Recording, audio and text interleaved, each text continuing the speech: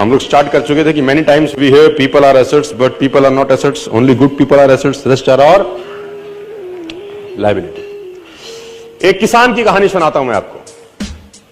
एक बहुत मेहनती किसान था। वो बहुत मेहनत से अपने खेत की रक्षा करता था, बीज बोता था, फसल उगाता था, उसको काटता था और पैसे कमाता था। बड़ा ईमानदार था अपने काम के अंदर। लेकिन अब उसका खेत बहुत बड़ा हो गया, पैसे उसने कमा लिए तो आसपास का भी जमीन उसने खरीद लिया। अब उसको एक सपोर्ट सिस्टम का जरूरत पड़ा। अब उसको लगा मेरे से अकेले से नहीं होगा, तो मुझे कुछ ना कोई आदमी चाहिए जो मेरी सपोर्ट कर सकता हो। तो उसने इंटरव्यू लिया 2-4 लोगों का कि यार क्या तुम मेरे खेत में मेरी सपोर्ट करोगे, ये तुम्हारा सैलरी है। तो 4-5 लोगों से उसने सवाल पूछे कि तुमको एग्रीकल्चर के बारे में क्या नॉलेज है और तुम कैसे सपोर्ट कर सकते हो। तो सब लोगों ने उसको अलग अलग जवाब दिए। उसको किसी का जवाब समझ नहीं आया तो उसने सबको रिजेक्ट कर दिया। एक लड़के से उसने सवाल पूछा कि तुम क्या करोगे, कैसे करोगे। तो उस लड़के ने बड़ा अटपटा जवाब दिया, समझ उसको नहीं आया, लेकिन उसने उस जवाब के कारण उसको रख लिया। उसने बोला तुम क्या करोगे। वो बोला I can sleep when the wind blows, जब बहुत तेज हवा चलेगी तो मैं सो जाऊंगा। उसको समझ नहीं आया, लेकिन उसने इसके अटपटे जवाब के कारण उसको रख लिया। इसका पता नहीं क्या मतलब है, देखते हैं। अब वो दोनों खेत की रक्षा करने लगे। बढ़िया फर्स्ट क्लास फसल होती थी, काटते थे।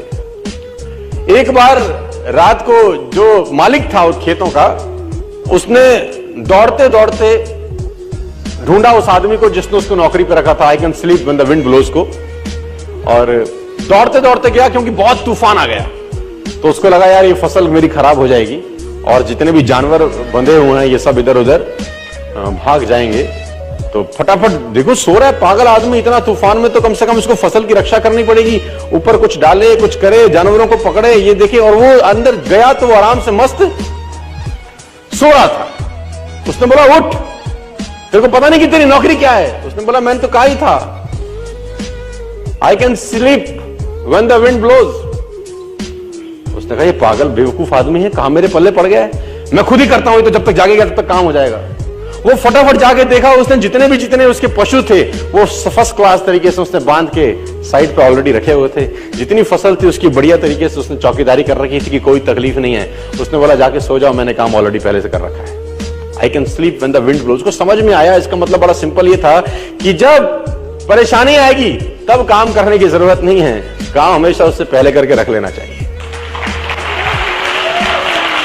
तो ये जो अकाउंटेबिलिटी है ना यार, अकाउंटेबिलिटी बड़ी सिंपल है कि लोग काम तब चालू करते हैं जब तूफान आ जाता है ना। वो कहते हैं टेक अम्ब्रेला बिफोर रेन।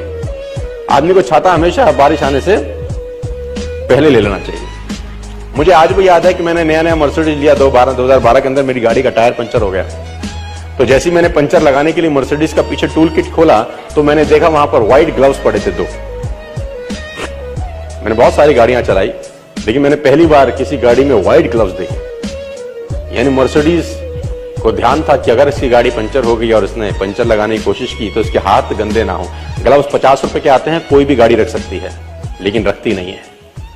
यही फर्क है मर्सिडीज में और बाकी सारी कंपनी में। 50 रुपए के ग्लव्स आते हैं, किसी गाड़ी में नहीं आते।